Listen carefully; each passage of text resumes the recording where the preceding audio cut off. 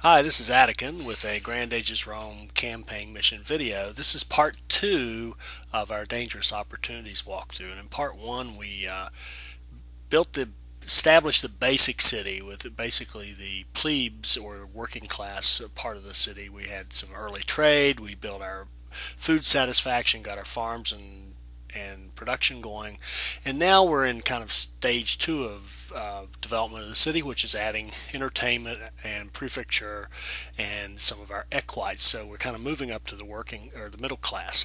And now here's an important aspect of the military part of this mission is we've moved our drafted squad up and captured that other trading post, that distant one, and now we're going to build an outpost out here with the intent of building a fort here at this natural choke point, because all of the invasions are coming from, as the screen's orientated right now, up above us, and so we're going to build towers, basically build a fort around this outpost, and that way, when the enemy comes down, we'll have towers to greet him with, and we won't need a huge military, and we'll have pretty easy time really defeating the enemy with a fort out there.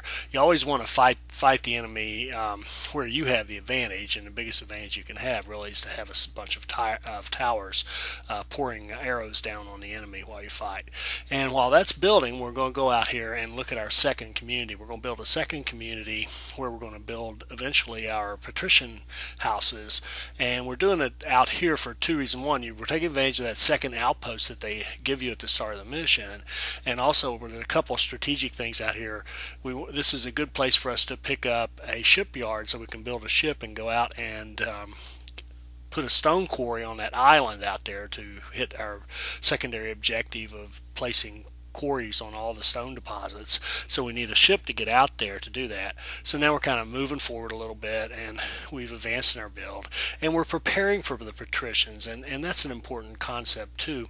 You need to make sure you check your olive oil and your clothing as well as food, entertainment, and religion before you do patricians. So you'll see there I've built a a tailor shop to create clothing. Also built a flax farm there nearby, and that way we have flax coming in. We can create clothing, and we already have an olive farm, and we have everything else we need for patricians. So now we're set up and ready for patricians. And I mentioned the shipyard. Well, the other strategic part of this location is the ability to jump out here and put down a slave camp and get that stone quarry that you just saw me build, which is, of course, part of our secondary objectives. So now we're just going to build up the rest of the city, placing religion, and starting to build our patricians.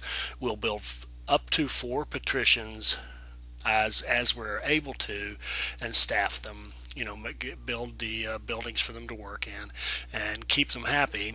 And then we're going to hold off on the 5th one until we've defeated 5 enemy squads and built all of our necessary stone quarries so that we hit our secondary objective. So again, as I mentioned in the first part of this, we're going to actually use that building of the patrician's house as sort of the governor to kind of, so we can decide when the mission is over and make sure that we have all of our secondary objectives before we build that 5th patrician house.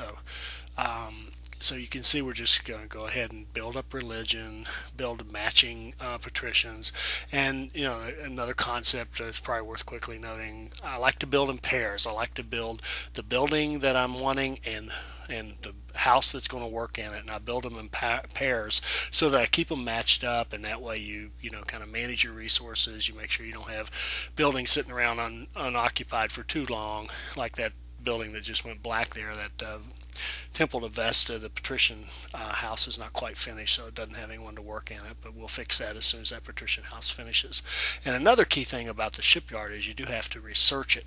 So we're going to go ahead and get our research going, and I do have library research, so that's going to be next thing I build. In fact, there it goes, building a library, and that's going to be my 3rd patrician house, was to staff that library to speed up the research a little bit.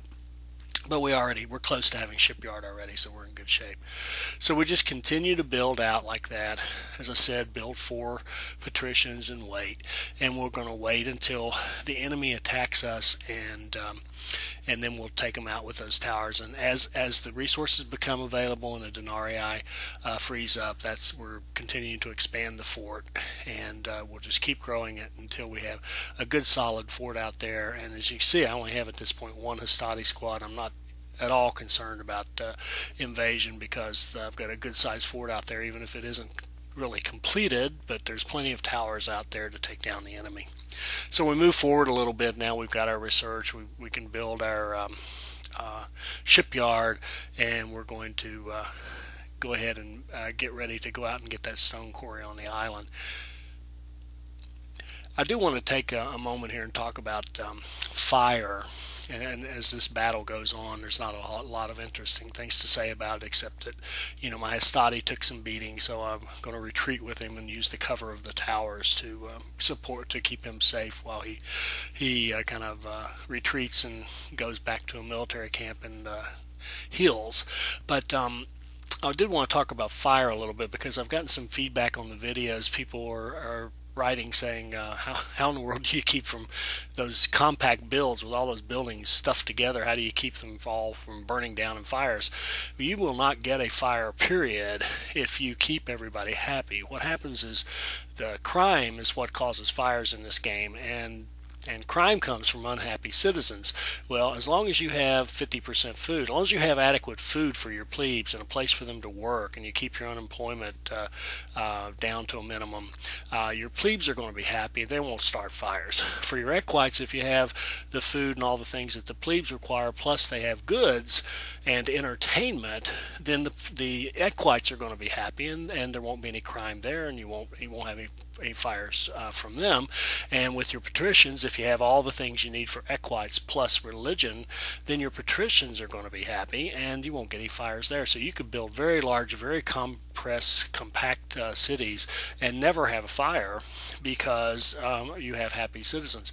And the other thing is, if you did get a fire, if you had a building that started on fire, I would recommend that you just go delete the building right away before it spreads. You can delete the building once it starts to burn. It will collapse, and that way you can control, in case you do have a fire, you can keep the fire from spreading. And the prefectures are really built more for controlling maintenance costs than fires. I wouldn't build prefectures if it was just for the idea of controlling fires, because my plan is to, of course, not have one in the first place. But they're great for controlling maintenance costs. And you just saw me up there building the outpost that we need. I drafted another squad, put it in the ship, and sent it up there to build the outpost.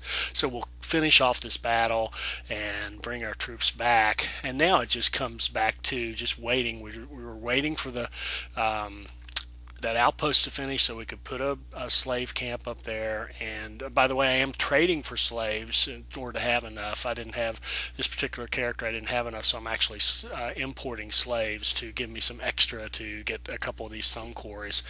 And now we've made sure we've got all the bonuses we need, and the mission's over. Hope you got something out of this, and I hope you enjoyed it.